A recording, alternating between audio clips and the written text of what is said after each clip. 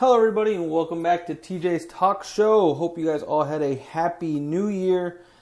And let's get started quickly since we have only 15 minutes. Let's go ahead and recap the college football playoffs that happened yesterday, or New Year's Eve. First off, we'll talk about the number 2 versus number 3, Clemson versus Ohio State. And what I thought was going to be an absolute shootout was completely one-sided in one game that I did not see coming. Clemson shuts out the Ohio State 31-0. And for Ohio State, they just couldn't do anything right, it looked like. JT Barrett went 19 of 33 passing for 127 yards, no touchdowns, 2 interceptions. And that's just not going to cut it for a quarterback at this level. And to go into the playoffs, with high expectations, you were the favorite going in, even though you were the lower seed. JT Barrett, who has shown to be fairly accurate throughout his couple years as the starting quarterback, and he just didn't really seem all that comfortable the other night against Clemson. 127 yards is not very characteristic for JT Barrett. He also tried to run for 11 times for a negative 2 yards. Another thing you don't really see out of JT Barrett. He's very, very mobile, so Clemson did a great job of containing him. And once he gets out of the pockets where he's the most dangerous, because you have to make that choice. Either stay in coverage or go after him and leave someone open. Either way, it's typically a lose-lose, but Clemson did a great job of keeping him in the pocket, making him really become accurate, which 19 of 33 shows you that he wasn't all that accurate, as well as the 2 picks. Also for Ohio State, running back Curtis Samuel just couldn't get anything started. 6 rushes, 67 yards. It's tough to say here, but you got to run the ball a little bit more than 6 times with your main running back. Because that's not really keeping this Clemson defense honest. It's basically telling them just to drop back 8 or 7 or 8 and make JT Barrett beat you. Because Curtis Samuel, 67 yards on 6 rushes is a good average, but you need to be able to give him the ball 15, 20 times to keep that Clemson defense honest, because they were either pinning their ears back and going right after Barrett, or just dropping back in coverage and not letting anything deep beat them and just containing this offense. Samuel also led the team with 9 receptions, but for 43 yards. So Clemson just flying around the football, which was something we all expected, but I think it really surprised a lot of people, except probably the Clemson faithful. Because I didn't think this game was going to be 31-0. I thought it was going to be a lot closer. I think I predicted a 38-41 win for Clemson. 31-0 is not what I expected. Ohio State, just to show their struggles, 215 total yards on offense. This is a team that moves the ball very well, typically, even against Michigan, Wisconsin, Michigan State, those Big Ten tough opponents that they had throughout the season. Even their loss to Penn State were able to move the football decently well. So 215 yards is not a good day for Ohio State. They had 127 passing yards, like I mentioned. JT Barrett, 19 of 33. 88 total rushing yards. Ohio State, you just couldn't get the running game going, and that's ultimately what I think hurt them more so than the 3 turnovers, because, you turn the ball over, which isn't good. You don't want to give Deshaun Watson and Clemson any more reason or any more chances to score than they're already going to have. But, you have to stay multi-dimensional. You go one-dimensional and you go basically strictly the pass, especially once the game got out of hand a little bit. You knew JT Barrett was going to have to throw quite often. But you still need to keep that Clemson defense honest, because they pin their ears back or drop back in coverage.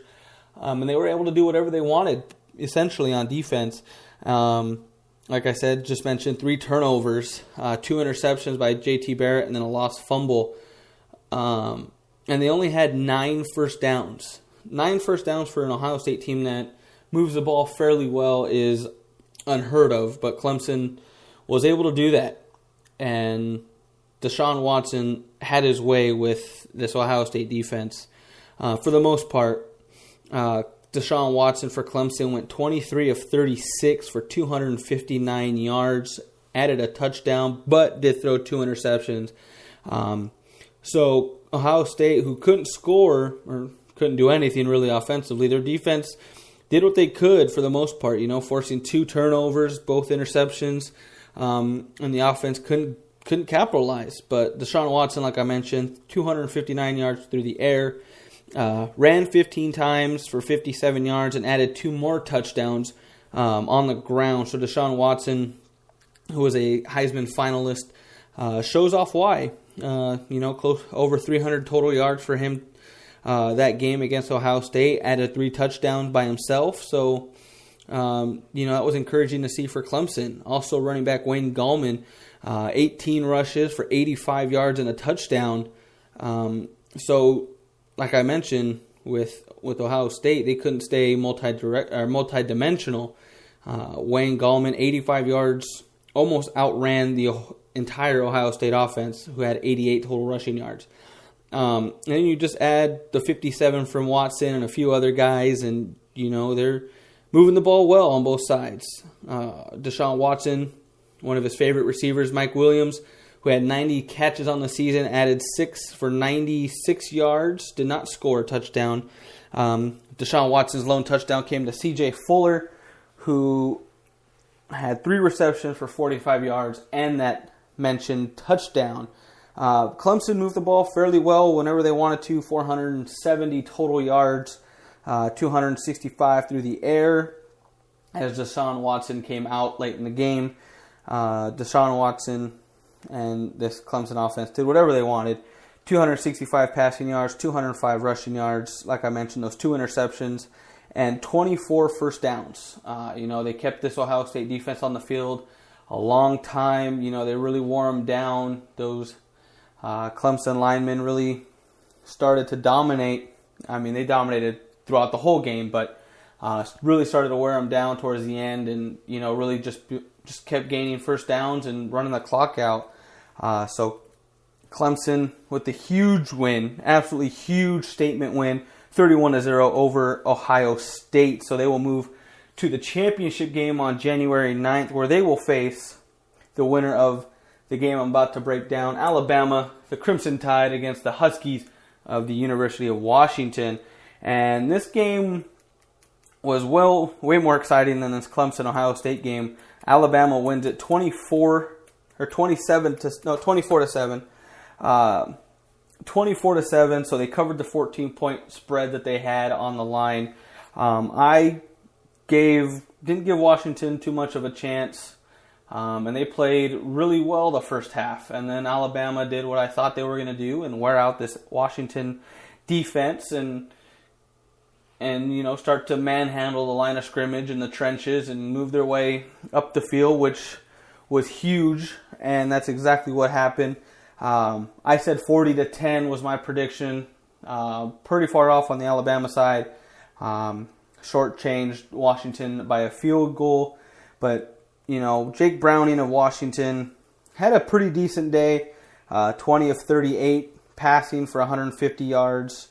Added a touchdown, but 2 interceptions, which I did mention on Friday that you can't turn the ball over against this Alabama defense, who is the best scoring defense in the country. They're really aggressive. They're looking for that pick six. They're looking for the scoop and score.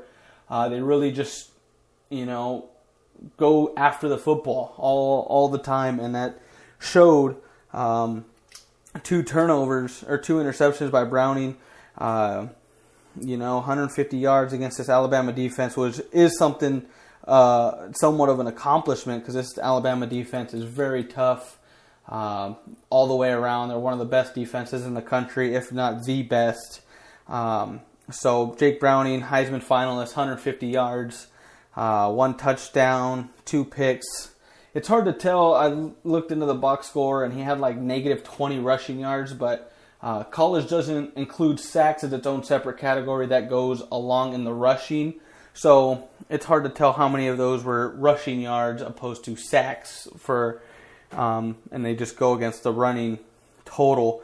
Running back for Washington, Myles Gaskin, 10 carries for 34 yards. That's not going to do too much for you, ever. Win or lose, you can't rely on 34 yards out of your running back. That is absolutely awful. Something that just can't happen. He added 5 receptions for 40 yards. So when you're out receiving your own running total, that shows that that Washington was totally one-dimensional. They were trying to pass all the time, which is something you can't do against this Alabama defense. But the offensive line couldn't hold up against Alabama. This O-line for Washington was their weak point. I don't think those 10 carries for 34 rushing yards is kind of impressive with how bad this O-line was against this very good Bama front seven. So, I mean, it's not great. It's not going to win you any football games, but 34 yards when your weakest link is the offensive line is something to be proud of, I guess, if you want to find a positive out of this.